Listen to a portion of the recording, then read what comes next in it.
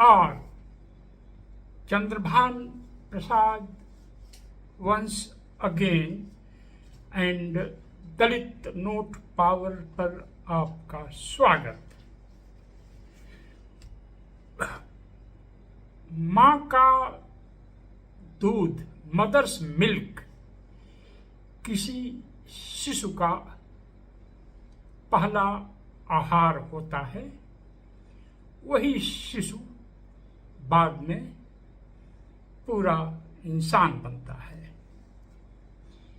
या यह कह लें कि सारी सभ्यताओं का जन्म पानी के स्रोत के पास होता है।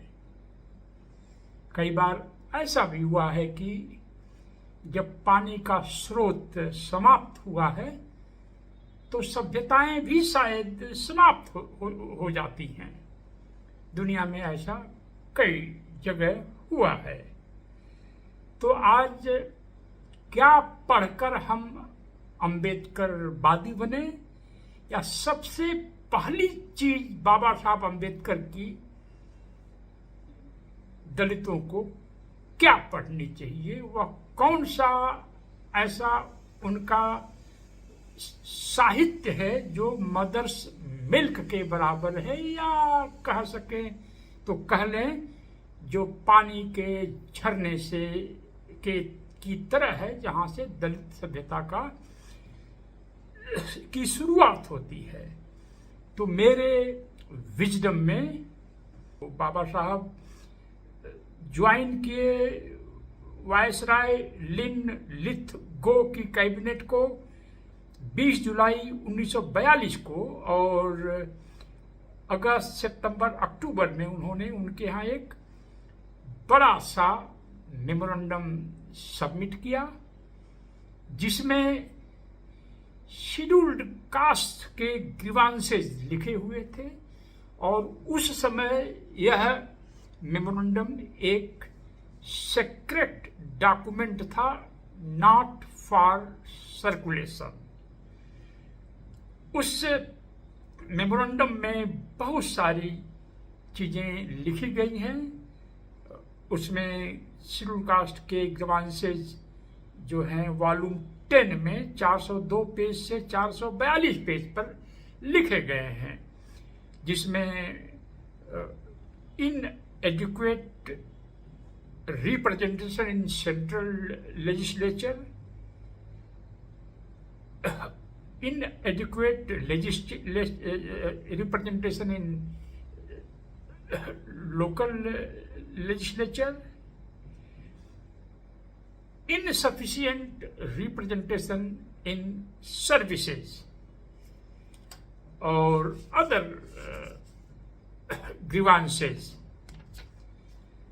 अदर ग्रीवांसेस में एजुकेशन पर खास ध्यान रखा गया है, और इसीलिए हम इस मेमोरेंडम को जो है दलितों के पानी का स्रोत समझते हैं।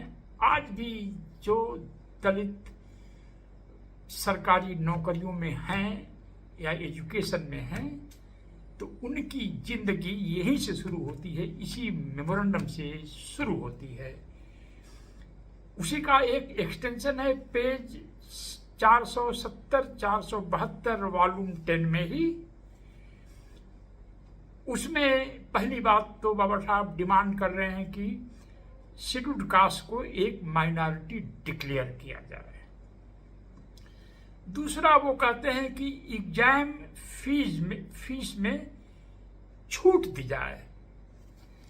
फिर वो कहते हैं कि 2 लाख रुपए 1942 में 2 लाख कितना बड़ा रुपया रहा होगा, सोने की कीमत से आप इसका कैलकुलेशन कर सकते हैं।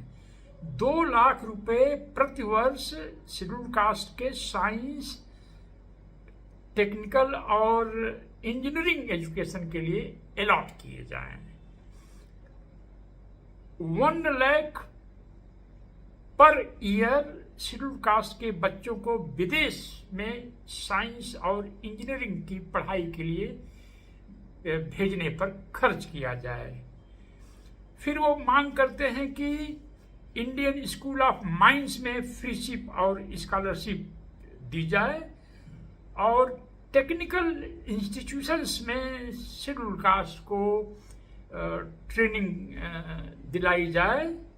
रेलवेज में शेड्यूल कास्ट को अप्रेंटिस दी जाए। इसी का एक एक्सटेंशन है 470-472 पेज में, जहां बाबा साहब डिमांड कर रहे हैं कि सेंट्रल पीडब्ल्यूडी में मात्र एक शेड्यूल कास्ट का कॉन्ट्रैक्टर है। आज लोग पैसा बना रहे हैं कॉन्ट्रैक्टर बन करके, हिंदू, सिख, मुसलमान वगैरह वगैरह। तो दलितों को भी कॉन्ट्रैक्ट्स में ये सुविधाएं प्रदान की जाएं। तो अब ये देखिए, मैं क्यों कह रहा हूं कि बाबा साहब को समझने के लिए अगर कोई पहली किताब पढ़ी जाए तो वॉल्यूम 10 में ये जो है ग्रीवांसेज ऑफ शेड्यूल कास्ट, जो बाबा साहब ने गवर्नर लिन लिथ गो को सौंपा था, और बाद में वो बहुत ही भावुक होकर के बाबा साहब कहते हैं कि हमने तो आपके पास ये सब सबमिट कर दिया है, हमने सुना है कि आप अगले साल चले जाएंगे लंदन वापस। हमें लगता नहीं कि आपकी तरह से हमारी समस्याओं को कोई और समझेगा, और आप ही ने तो हमें अपनी कैबिनेट में लिया है, जो एक भारतीय इतिहास का एक बहुत बड़ा माइलस्टोन है। तो आप इसको प्लीज करके जाइए। अब देखिए डॉक्टर अंबेडकर का विजन कैसा है कि वह 1942 में दलितों के फीसिप और स्कॉलरशिप पर चिंतित थे।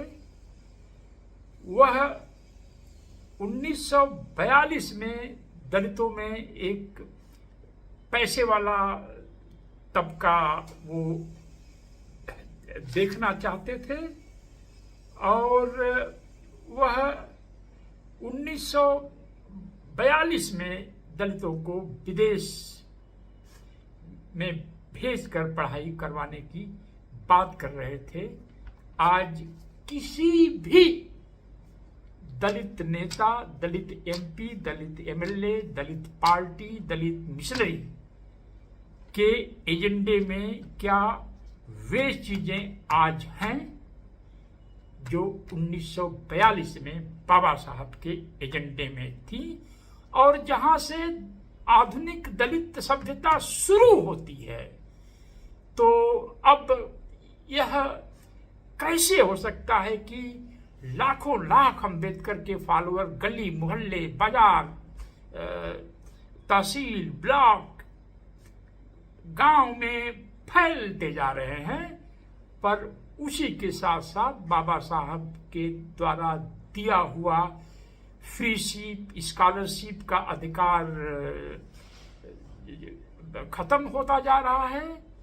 कॉन्ट्रैक्ट्स बेसिकली जो जहां से हमने सीखा है, एक IAS अफसर ने हमको बताया था, हरियाणा कैडर के हैं, कि बाबा साहब कॉन्ट्रैक्ट में, ठेकेदारी में चाहते थे एक तरह का आरक्षण, और जो ब्लैक लोगों को मिला अमेरिका में, और जो दिग्विजय सिंह साहब अपने मध्य प्रदेश में करके दिखा गए।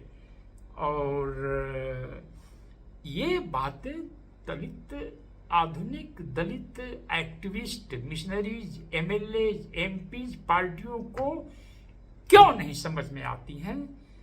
तो अब वेट करिए, नेक्स्ट कौन सी किताब पढ़नी चाहिए या कौन सी किताब का कौन सा अंश पढ़ना चाहिए।